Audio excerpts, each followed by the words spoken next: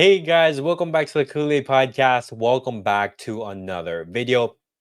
On today's video, I wanted to be talking about Kunde because in his match against Germany, he seemed to pick up a knock, but everything is fine. I want to be talking about that in a little bit more detail, and as well as we're going to be talking about Ronald Araujo, and then about Fermin Lopez, and lastly, guys, I want to be talking about the kit situation as our next season's kit has been leaked. But guys, before we get started on the video, make sure to follow me on all of my social media platforms. Go over there and check me out. That way you guys can stay up to date with everything that I do on the channel.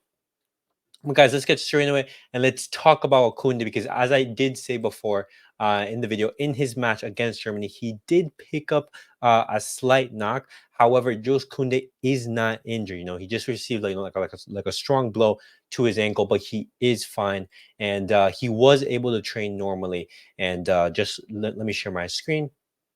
That way you guys can see. But this is Jules Kunde training, with the French squad.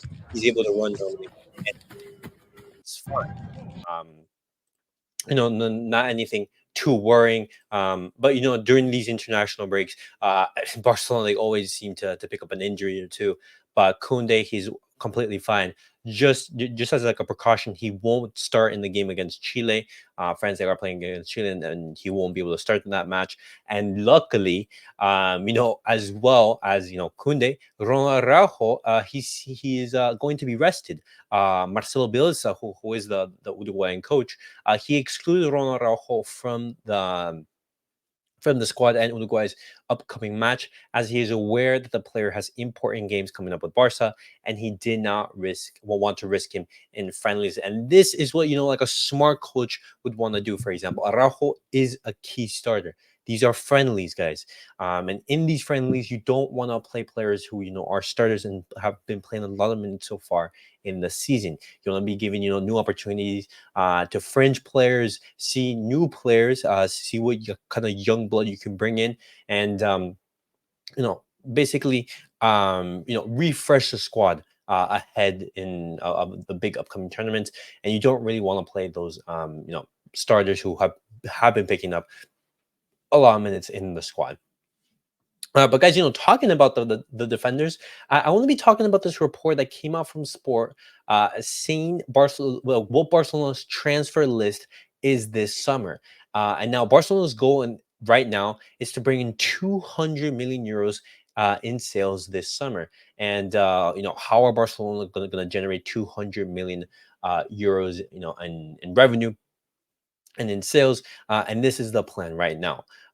You basically have five names on the list, and it's Rafinha as one, Christensen or Koundé as the second option, another defender, potentially Marcos Alonso, potentially Nico Martinez, we don't know, Eric Garcia, Ansu Fati. So it seems that Barcelona have placed Ansu Fati on the transfer list, guys, and I did talk about it before, that Brighton, they are looking, to bring Ansu Fati on another loan. But for example, if Barcelona decide to pull the trigger, for example, and say, hey, Brighton, give us a fee and we'll sell him to you, then Ansu Fati could be a player who could potentially be sold. And as well, Barcelona, they're counting on the percentage of Todibo's sale, a player who is currently playing away at Barcelona, and Barcelona, they still have the option of gaining some percentage of that revenue. And so that's Barcelona's plan, to generate 200 million euros in sales this summer. You have some big names on that list. For example, you have Rafinha, you have Christensen, you have Koundé, as well as Ansu Fati. And it's going to be interesting summer, guys, as I said before on my previous videos, to see what Barcelona do. And a player who has gained a lot of interest right now is Fermin Lopez, guys. And this is because, teams like Everton and Aston Villa, they've, inquired about Fermin Lopez for the transfer window. But as of now, Fermin Lopez, he only thinks of succeeding at Barcelona. And it's very, very good to see these youngsters want to stay at the club. Now, if Everton and Aston Villa, they come with a huge offer for Fermin Lopez, you could be tempted. But I think Fermin Lopez could be a key player in the squad, as there's there's really no one of his similar profile, for example, because he isn't extremely talented, maybe without like Pedri, but he's more similar to that of Gavi in the style of play and in the type of profile that he is. There are some similarities, but still, Fermin Lopez is a unique midfielder, who make those, those final runs into the box, who does get a lot of goals, and you've been seeing some very, very good performances from Lopez, especially, in Barcelona's last match against Atletico Madrid. But guys, if you guys were Barcelona, what would you guys do in regards to Fermin Lopez? If teams like Everton and Aston Villa, they do come asking for Fermin Lopez, would you say, hey, he's off the market, or would you guys be asking for a fee? And if so, how much would you guys be asking for? And now, lastly, guys, I want to be talking about Barcelona's leaked kits, because I haven't talked about this before on the channel. But these are the leaked kits for the 2024-2025 season. And honestly, boys, they looks absolutely clean. Now, the first one, it's the home it's the home jersey. And it looks very similar to that 08-09 kit. And the away jersey, it looks so clean. It reminds me of that, that black and gold that we used to have, under Ronald Koeman. I believe it was Messi's last season at the club, and it looks absolutely so clean. And so, some more details. This is how the away kit will look. You have the blue right here, and you have the red, and then as well you see the Nike logo. And this could potentially be, and most likely will be, Barcelona's last kit with Nike. As I talked before on the previous video, that the situation and the partnership between Nike and Barcelona, it seems to be over.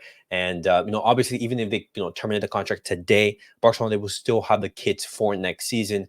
And this is something to keep in mind. For Barcelona, if they ever decide, to take up another brand, it's most likely going to be for the 2025-2026 season. Just because, guys, Nike, they not only make the kits, they make, the hats, the sandals, the soccer balls, the footballs. They make everything. And so, if Barcelona, they do break with Nike, which is most likely going to happen, it's most likely going to be where we're going to see that those new kits, which whoever Barcelona partners up with in the 2025-2026 season. But guys, that was it for the video for today. Definitely let me know your thoughts on everything that we discussed on today's video.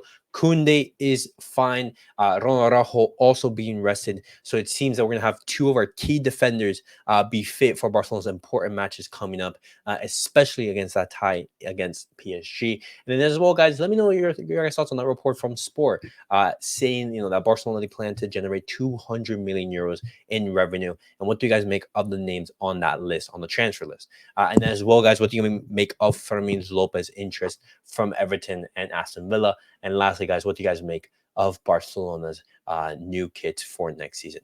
But guys, thank you guys all for watching. Thank you guys for supporting the channel. And I'll catch you guys all in the next.